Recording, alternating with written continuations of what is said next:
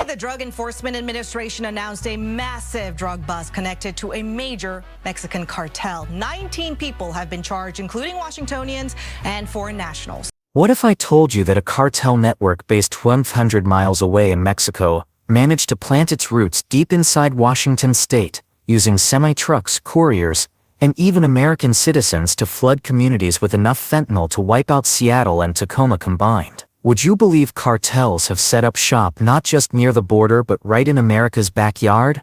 Well, that's exactly what federal agents just exposed. Hi. Before we continue, one click on the subscribe button fuels all the effort behind this and every future video. Let's break it down how the DEA dismantled Seattle's deadliest drug ring and indicted its cartel leaders.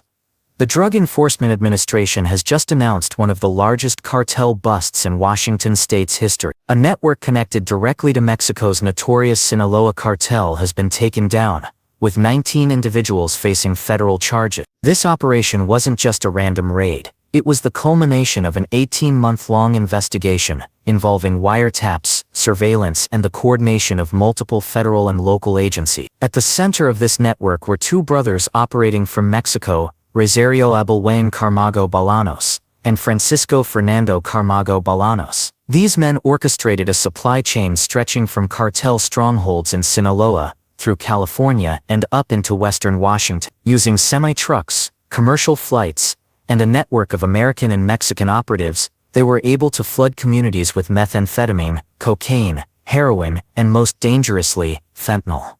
The numbers from this bust are staggering. Federal investigators seized 466.5 pounds of methamphetamine, 2069 pounds of fentanyl, 23 pounds of cocaine, and 6.4 pounds of heroin. To put that in perspective, the fentanyl alone was enough to produce 6.9 million lethal doses. That is enough poison to kill every single person living in the Seattle-Tacoma metro area.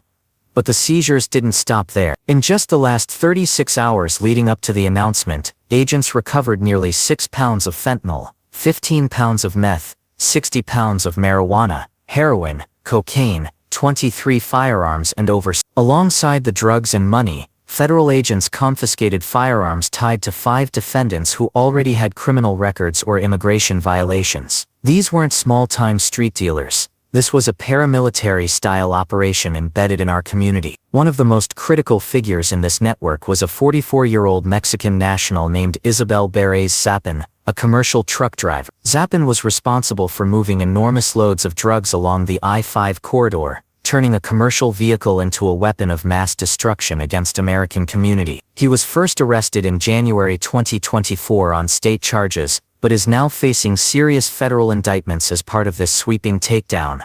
The cartel's strategy wasn't limited to targeting big cities like Seattle and Tacoma. Their reach extended into smaller communities, spreading north into Whidbey Island and Arlington, and south into Lacey. This demonstrates how cartels intentionally embed themselves across both urban and suburban America, ensuring their poison reaches as many people as possible. The distribution network was a mix of Mexican nationals and American citizens, proving once again how deeply these cartels infiltrate local communities. Carriers like Jose Maya Ortiz and Juan Carlos Garcia Orales worked directly with cartel leadership, while U.S. citizens such as Carmen Davis of Everett, Taylor Johnson of Shoreline, and Israel Davis also of Shoreline acted as redistributors. These were Americans selling cartel drugs to their own neighbors, profiting off the misery of their community. The fentanyl crisis in Washington shows exactly why this takedown was so critical. In 2023, Washington recorded 3,477 overdose deaths, with fentanyl involved in 76% of those deaths. King County alone surpassed 1,000 fentanyl overdose deaths. CDC data shows Washington had the 4th highest increase in drug overdose deaths among all U.S. states, with a 10% rise from April 2023 to April 20. Early 2025 data shows the situation is worsening, with some counties seeing deaths more than double recent averages. These aren't just numbers, these are parents, children, and friends whose lives were cut short by fentanyl flooding from operations like this one. And some of the details from the arrests highlight the sinister nature of this ring. During one raid, 52-year-old Everett resident Aaron Tapp was found with over 2 kilograms of fentanyl pills. Another suspect, 57-year-old John Hardman had a brick of fentanyl stamped with swastikas and $50,000 in cash at his home. A drug trafficker distributing poison marked with hate symbols. It shows just how twisted this business has become. Even more alarming is the presence of repeat offenders and illegal re-entry. One defendant, Jose Felix German, a 34-year-old Mexican citizen, had been deported in 2013, but was back in the U.S. working as a money courier and cartel co-conspirator. This case underscores the reality that without secure borders, deported criminals return to resume their deadly operation. This entire bust was carried out under Operation Take Back America, at dismantling cartels and transnational criminal organizations. It's a clear example of why a strong, coordinated federal response is essential. When you're dealing with organizations that move hundreds of pounds of narcotics, launder millions of dollars, and arm themselves with dozens of firearms, it takes the combined resources of the DEA, FBI, Homeland Security, and local police to bring them down. The 37-count indictment against these individuals includes charges of conspiracy, possession with intent to distribute, and firearm violations. Some of the defendants now face mandatory minimum sentences of 10 years, while others could be looking at decades or even life in federal prison. That's accountability. That's justice for the thousands of Washington families who have lost loved ones to fentanyl overdoses.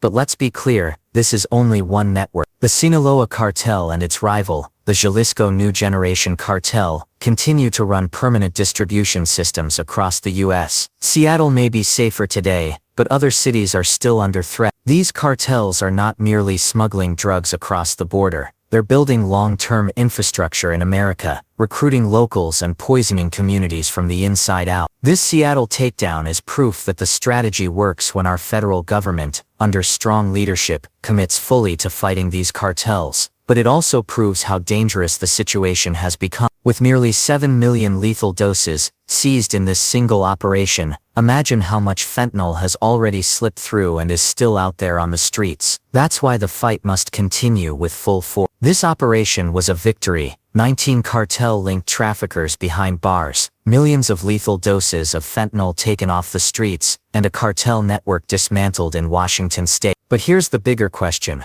How do we stop these cartels from rebuilding and targeting other communities across America? The DEA, ICE and law enforcement can't do it alone. They need public awareness and support. If you stand with the heroes protecting America, make sure to like this video, share it with others, drop a comment with your thoughts, subscribe to the channel, and stay tuned for more coverage of this fight for our nation's safety.